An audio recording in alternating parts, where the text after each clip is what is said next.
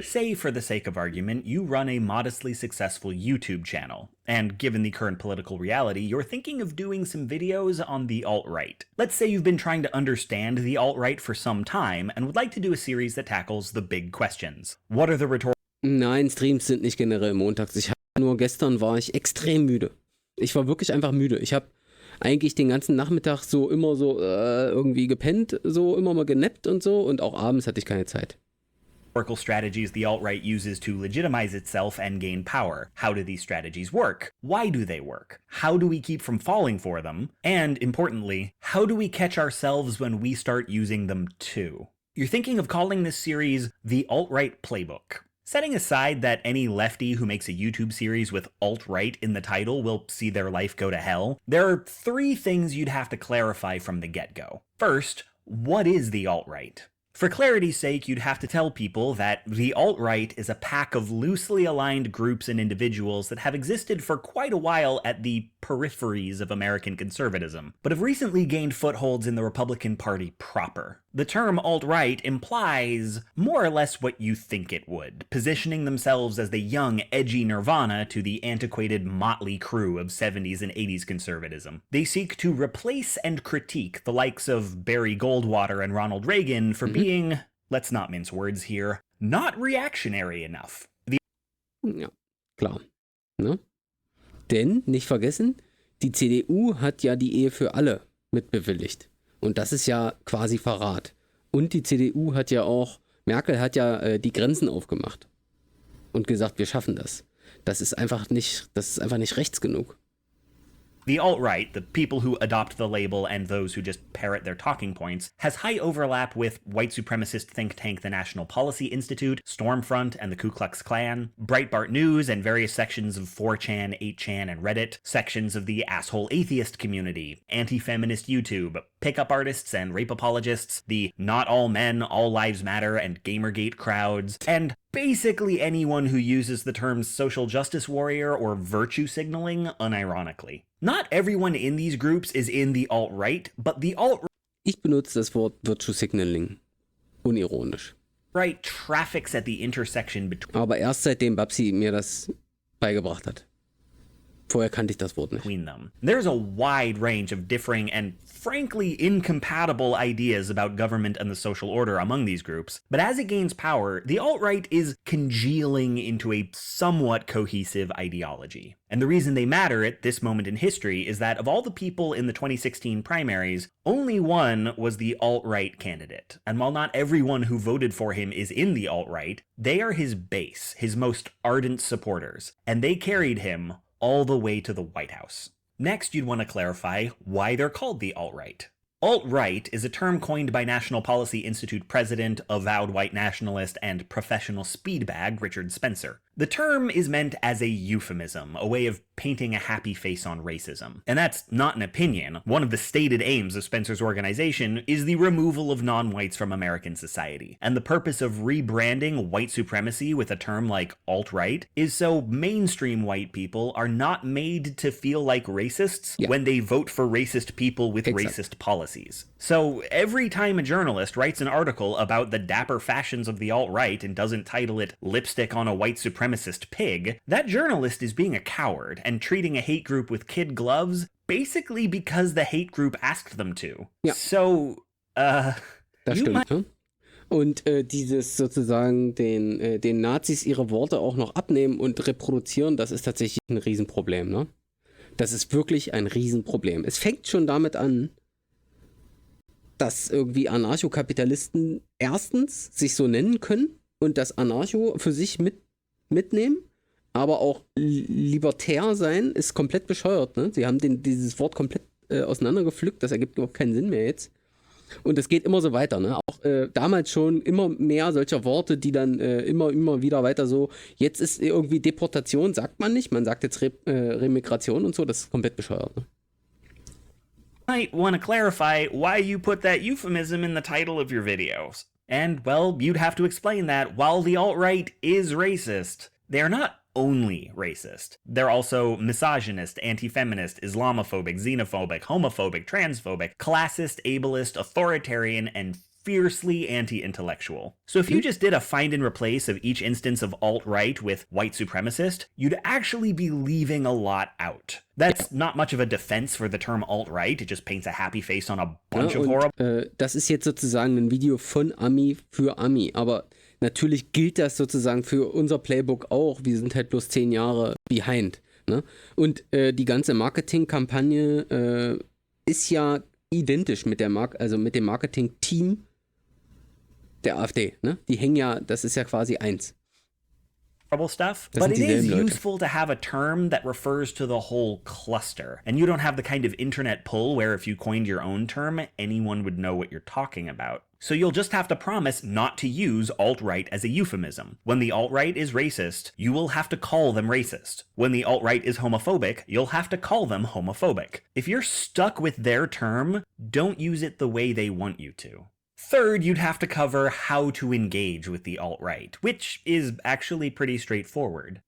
Don't.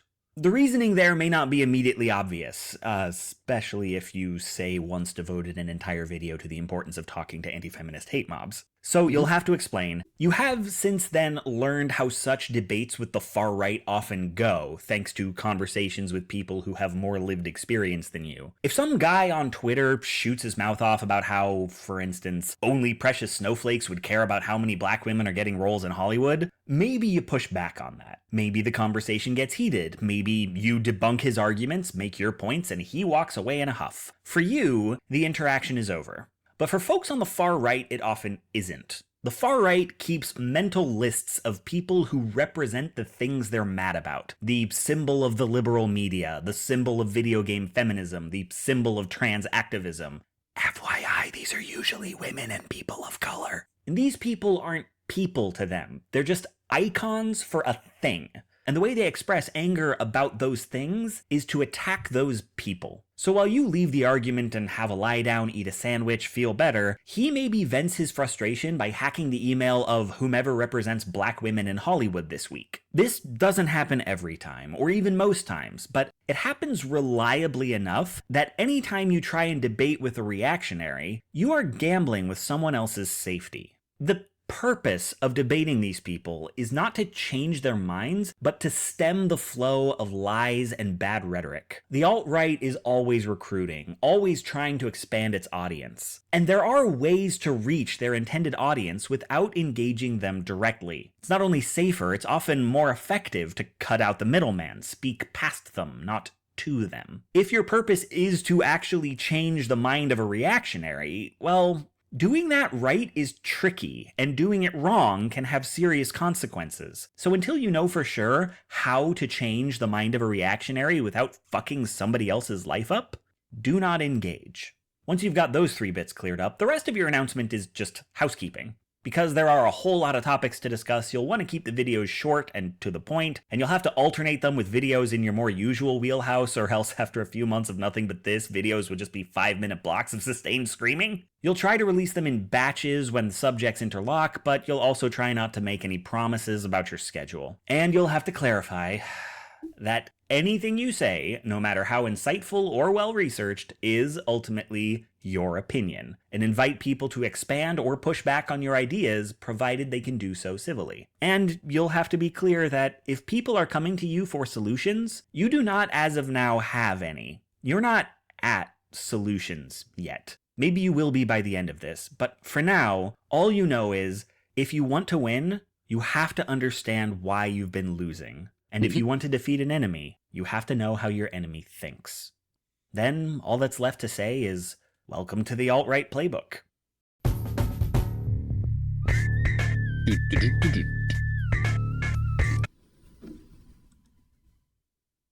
Say, for the sake of argument, there's this guy who's running for president.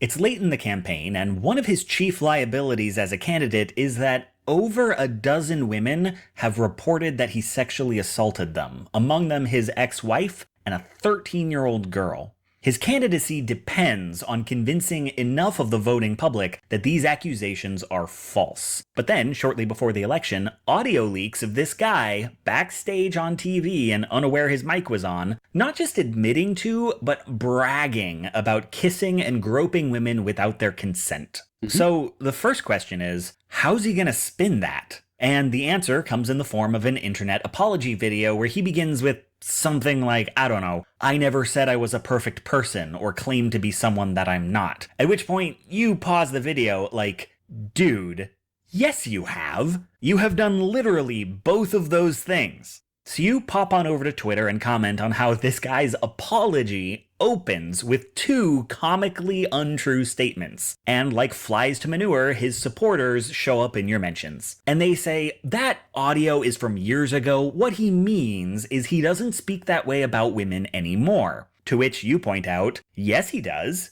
He did, like, 2 months ago. And they say, well, his opponent's husband actually does those things. And you reply, those allegations are far less substantiated, and if they're true, the candidate's not responsible for her husband's misconduct, and if they're true, that doesn't make this guy innocent. And they start leaning in on the why do liberals make such a big deal about coarse language, strong women can handle themselves, in real life there are no content warnings, and all you can do is lean back in your seat laughing to yourself. What kind of debate is this even? There's not a single thing your opposition has said that isn't provably false or irrelevant, and they change the subject every 30 seconds. They clearly have no actual position and are just grasping at straws because they can see they're losing. So you don't. Weil sie nur fühlen, ne? Ich hab's eben gerade schon mal gesagt, das ist das einzig Relevante, ne? Inhalte spielen überhaupt keine Rolle, es geht nur ums Gefühl. Es muss sich richtig anfühlen, in diesem Moment. Nicht 2 Minuten später, da ist das schon wieder vergessen. Da muss man was anderes fühlen. Don't really have to pay them any mind. They won't endure. Thing is, they have. Not only does this manner of argument endure, it keeps winning elections. Why? Folks, let me introduce you to one of the most foundational strategies of reactionary rhetoric. Control the conversation. Much of what we discuss in this series will come back to this in one way or another. Now let's be clear, a lot of the alt-right is okay with or even in favor of sexual assault against women, but it's not politically viable to say so. So if their guy is a serial harasser and they want people to vote for him, they have to control that conversation. They have to let people think that a vote for this guy is not a vote for sexual assault. How it works is every one of these bad arguments is a subtle attempt to change the subject. Now, changing the subject mid-debate isn't a remarkable phenomenon. We call that moving the goalposts. And if that's all that was going on, I wouldn't waste your time making a whole video about it because that video already exists. Link in the down there part. Controlling the conversation is a bit more sophisticated. To understand it, we have to look at how the goalposts move and where they get moved to. Regarding how the goalposts move, you must understand this. Bad arguments are not a bug, they're a feature. I mean, what are the positions in this debate? On one side, it's this guy admitted to groping women, and on the other, it was all just locker room talk. And trying to convince people that a guy who said he groped people didn't actually grope people is not a favorable argument for his supporters to have. So they just don't have it. If their position is he didn't really do what he said he did, they've learned never to make that argument. They make the next argument. Because if we were to agree that it was all just locker room talk, the next argument would be, and he doesn't talk that way anymore, or and his opponent's husband actually does those things, or and coarse language has no negative effects on women. The trick is to treat you like you've already agreed to their position and make claims that treat it as a given. Cognitive scientists would call this presupposing a frame. If you're on whether or not he still speaks that way to women, you've unwittingly agreed that that's what you're talking about. And that's why it benefits the right to insist that language is harmless despite a wealth of contradictory data, because if liberals provide the data, it gets them talking about speech. Bad arguments are bait, because liberals can't resist digging into them. They don't like letting false statements slide, and often they won't even notice if that statement is off topic. So there are few better ways to get Democrats talking about what you want them to talk about than to defend your position badly. Regarding where the goalposts move, let's step back and ask ourselves. Ja, das stimmt natürlich, ne? Also dieses drauf anspringen auf das, einfach auf dass das Thema jetzt gewechselt wird, ist überhaupt kein Problem, weil viele Leute ja wirklich auf diesen jeden Stock sozusagen mitnehmen, den sie hingeworfen bekommen, einfach weil sie Bock haben, Recht zu haben, ne? Weil sie selber in diesen Debate-Bro-Mentality reingehen von wegen, ach, der legt mir noch ein Stückchen hin, da springe ich jetzt auch noch drüber und so. Worum ging es gerade? Ach egal, jetzt geht's darum und so. What is the purpose of debate? The liberal conception of debate is usually along the lines of Joseph Jobert's adage, the aim of argument or of discussion should not be victory, but progress. You're thinking Plato and Glaucon, or maybe Debate Club. Two sides debate until one side wins, or until a third conclusion is reached together. Either way, the goal of debate is to arrive at the truth. That's not what debate means on the right. There, debate is a chance to perform strength, integrity, and certainty. There, you don't debate until a victor is declared. You debate as long as you can keep eyeballs on you, forever if possible. There, the truth doesn't win because nobody wins, not in any formal way. You may scoff at that, but let's think about it. Außer natürlich, du machst vorher eine Abstimmung im Saal und nachher eine Abstimmung im Saal und sagst dann, da wo sich die Prozente hin verschoben haben, der gewinnt. Dann gibt's auch einen Gewinner. Und diese Metrik kann man sehr wohl hacken. This is how political debates are structured in the US, where two candidates come in already knowing everything they're going to say, where it's political suicide to concede any point or find any compromise, and where who won is up to the voters. In such a framework, truth and falsity don't exist. Das nenne ich Wettbewerbsprobleme. Das ist einfach Wettbewerb, ne? Das folgt aus Wettbewerb. Wenn man einen Wettbewerb draus macht, dann sind die Inhalte egal. All that matters is how much of the audience agrees with you. And if that's your framework, then what's in your best interest is to steer the conversation. Und ich meine, das ist ja bei denen in dem Justizsystem auch so, ne? Die Anwälte, die müssen ja dieses Storytelling betreiben und die Jury überzeugen mit ihrem Bullshit und sie einlullen. Und das ist das, was da passiert, ne? Die besten Rhetoriker gewinnen da immer. Das ist, das ist einfach toxisch. Aber ist auch nicht erstaunlich, ne? Wenn man wirklich davon überzeugt ist, dass Wettbewerb immer das beste Outcome hat. Dass Wettbewerb der Filter ist, der alle Probleme löst. Man schmeißt ein Problem in den Wettbewerb rein und dann folgt daraus die beste Lösung, ne? Nicht nur eine Lösung, sondern die beste. Dann ist klar, dass das irgendwie, dass man diese Metrik, also dieses Schema überall drauf wirft. Und dann ist man natürlich überhaupt nicht überrascht, dass am Ende überall nur noch oberflächlicher Bullshit rauskommt. Swiftly and efficiently to something you and your opponent will never agree on, because that gives you the most opportunities to look firm in front of an adversary. The value of turning a conversation about sexual assault into a conversation about sexist language is that the effect of sexist language is a place where the left and the right are fundamentally at odds. This is something Republicans can argue about till the end of time, because the left's understanding of systemic issues does not jive with the right's views on personal responsibility. Yes, of course, if the president spoke this way in the White House, it might be alienating to any woman who works there, but the right sees this as a personal failing on the part of the woman, not a systemic failing on the part of men. Sure, he shouldn't have said that, but really, she needs to lean in. And all the articles, all the data, all the reports that say that's not how this works in practice, they are useless in the framework of a performative Twitter argument or a 1-hour TV debate. A proper understanding of institutional sexism just takes longer than that.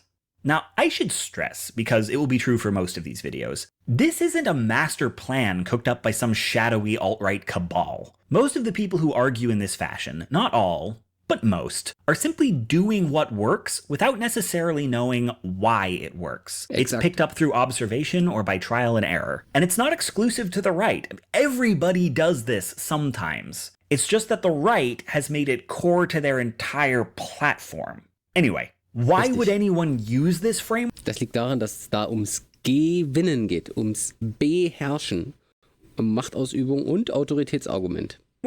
Well, if your opposition has facts on their side, then you need a framework where facts aren't important. But more broadly, if the goal is to win over the public, then the public does respond to honesty, but they also respond to moral certainty. And the right tends to sell certainty better than the left sells truth.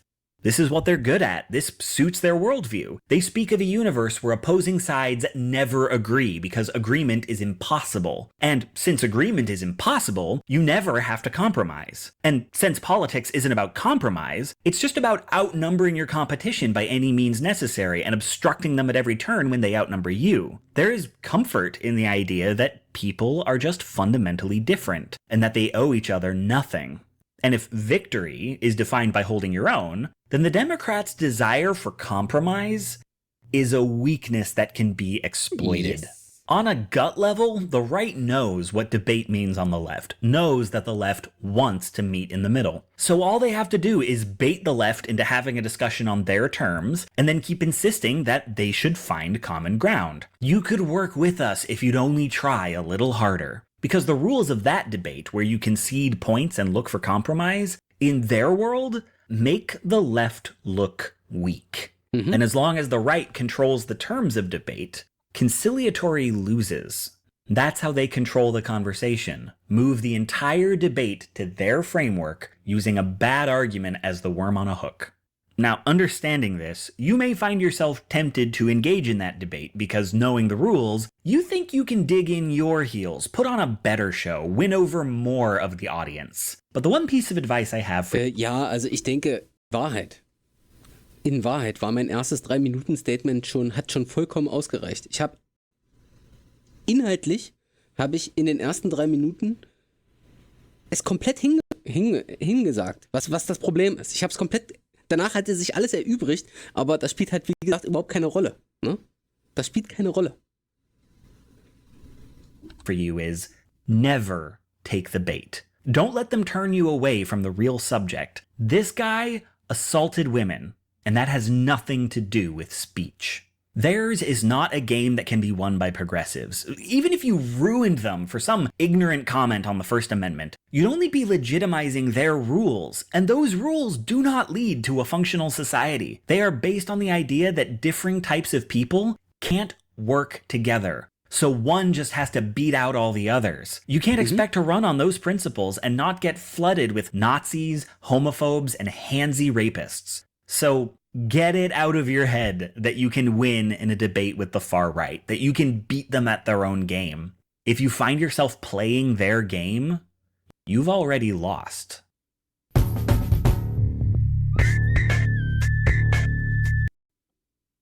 Say, for the sake of argument, there's this feminist media critic whose work you respect. Being an internet-savvy human in the information age, you sometimes share your opinions of her work on your various social media platforms. And you've noticed, whenever you speak positively of her, many different people come out to yell the same handful of things at you. It usually starts with, how can you support that con woman after she stole thousands of dollars from people? And you say, no, she didn't steal anything. She ran a crowdfunding campaign that people contributed willingly to. And overwhelmingly, those people seem satisfied with their donations. And they say, yeah, she asked for $100,000 for a shitty little project. And you say, no, she got $100,000 because people got excited about her work and gave her more than she asked for. But the original pitch was only $10K. Also, how many times have you given that number to people without looking it up? And they say, yeah, she asked for $10K and then never finished anything.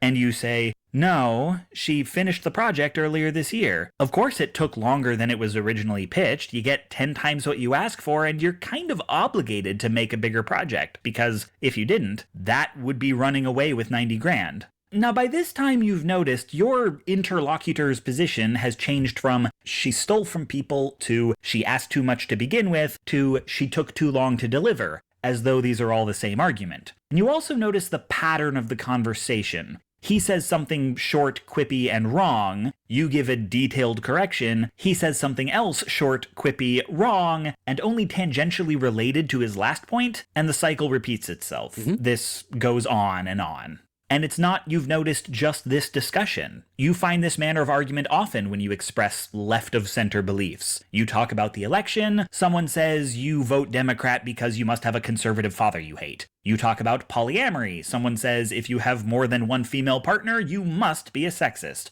Or they just say you're faking a non-regional accent. Yeah.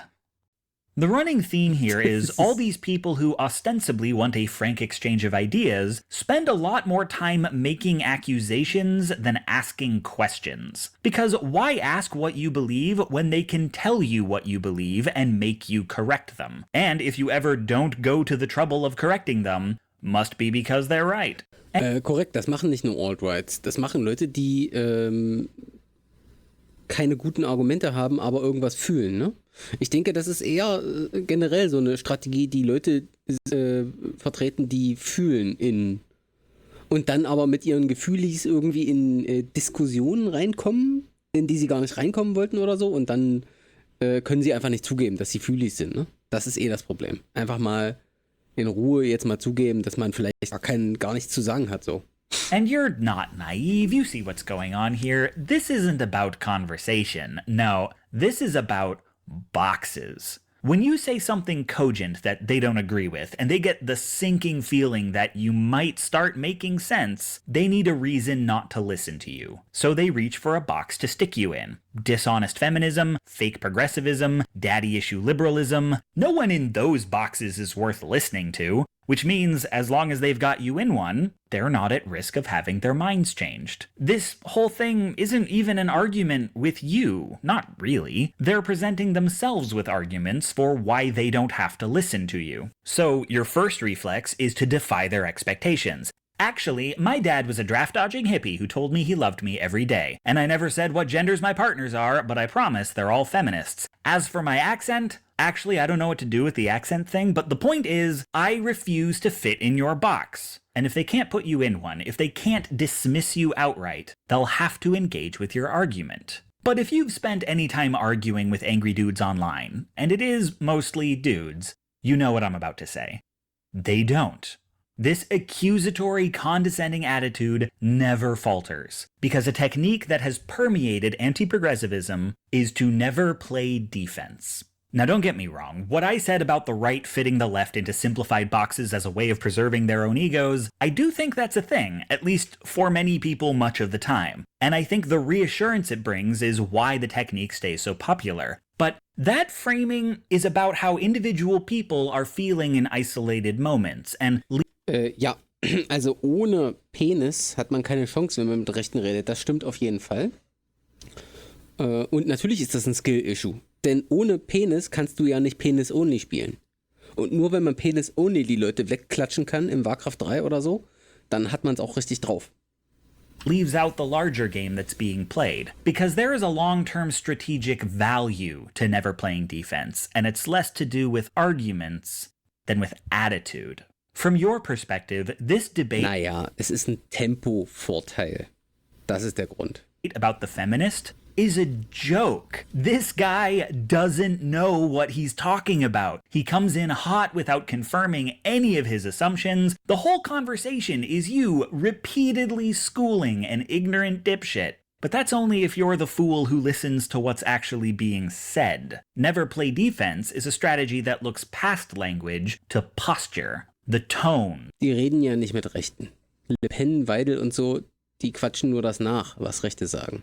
The word choice, even the expressions on your faces. If you half focus your eyes and look not at the words, but at the flow of the conversation, you can see the dynamic at play. He says his short, quippy statement, and you give your detailed rebuttal. He then picks a single point from your response and attacks that as the new subject. Now, to an onlooker, the logical brain would register that he's leaving 90% of your argument on the table, and that by changing positions, he's conceding he lost the first round. But the lizard brain notices that he's always making the accusations, always in the dominant position, that he's always acting, and you're always reacting. Und das geht mir auch richtig auf den Sack, ne? Das ist der Grund, warum ich angefangen habe, mir diesen ganzen VWL-Bullshit reinzuziehen, weil es halt einfach nicht sein kann, dass diese Rechten ständig mit irgendwelchen Bullshit um die Ecke kommen, den man eigentlich super einfach angreifen kann. Man muss nicht immer auf diesen Bullshit eingehen, man kann ihnen einfach mal selber ihrem Bullshit vorwerfen, man kann sagen, dass das alles Schwachsinn ist, was sie erzählen.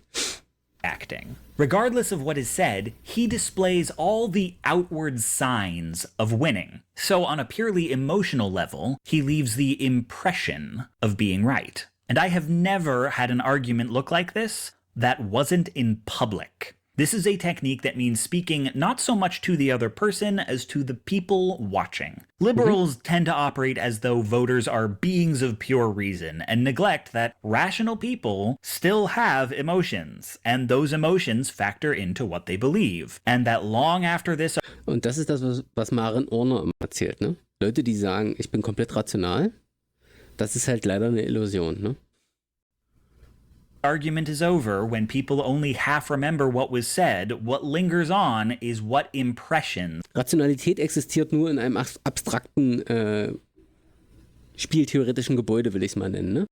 Rationalität entsteht in Strategiespielen, die nichts mit der Realität zu tun haben. Rationalität entsteht vielleicht im Schachspielen oder so. Rationalität kann nicht da sein, wo wir sozusagen, wo unsere eigene Lebensrealität und unser Körper eingebettet ist in eine physische Realität.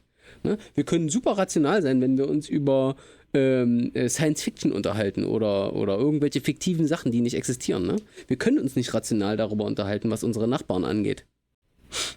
Ja, Mathematik zum Beispiel funktioniert ganz gut. Ne? The speakers made. Ronald Reagan coined the phrase, if you're explaining, you're losing. The trick is, if he's always accusing, then you're always explaining. This technique of winning by looking like you're winning isn't new, and historically it's been used by both parties. But modern liberals seem especially susceptible to it because it plays on one of their big weaknesses, which is, and I say this with love, the liberal fantasy of putting someone in their place. Anytime a free speech warrior gets the Bill of Rights quoted to them, when racists get historical accuracy explained by an actual historian, liberals take screen caps. We put it on Storify. We pass that shit around like it's theater popcorn. We live for the day an ignorant prick gets dunked on. I remind you, this was the central conceit of an entire TV show. I don't say homosexuality is an abomination, Mr. President. The Bible does. Yes, it does. Leviticus 18:22. chapter and verse. I wanted to ask you a couple of questions while I had you here. I'm interested in selling my youngest daughter into slavery as sanctioned in Exodus 21:7. What would a good price for her be? Does the whole town really have to be together to stone my brother John for planting different crops side by side? Can I burn my mother in a small family gathering for wearing garments made from two different threads? Think about those questions, would you? One last thing. While you may be mistaking this for your monthly meeting of the ignorant tight-ass club, in this building when the president stands, nobody sits.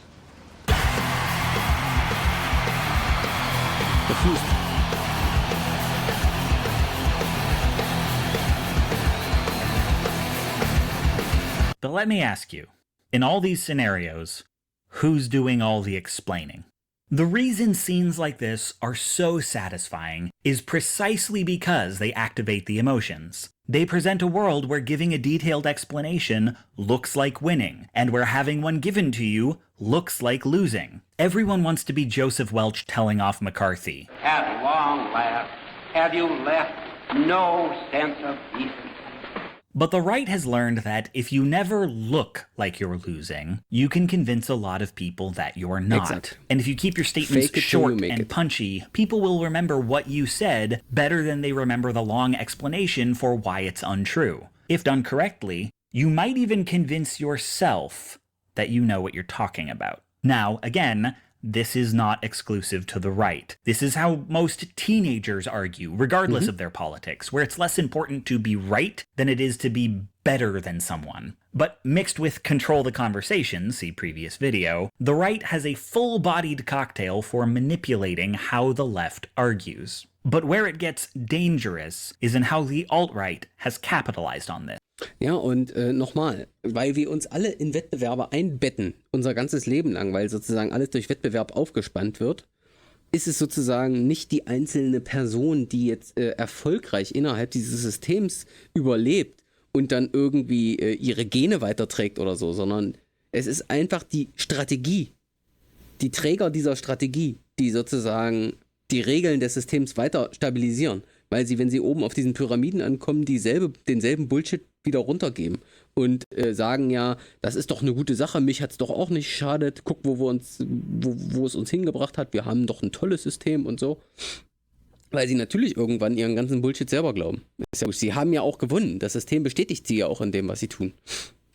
This argument isn't just about sticking a woman in the lying feminism box so she doesn't have to be listened to. It's also signaling to anyone watching what box they should stick her in. Even if an onlooker recognizes that she literally did not con anyone out of their money, the idea that how much she asked for or how long she took to deliver are relevant to her credibility is still planted in their heads. It subtly suggests that the next time they feel threatened by a female media critic, maybe they should look at how much money she makes, how long her work takes to produce. Maybe they don't have to listen to her because they've got this handy box. So what's most valuable to the alt-right isn't who wins or loses any individual arguments, it's the mechanics of the argument itself. It's the boxes. Over the last several years, the far right has pushed hard on a number of reductive categories. The cultural Marxism box, the reverse racism box, even terms like beta and mangina are just shorthands for the failed masculinity box. The alt-right is a veritable box factory, putting huge swaths of leftist rhetoric, most especially that would rebut their core positions, into categories where they can be summarily ignored.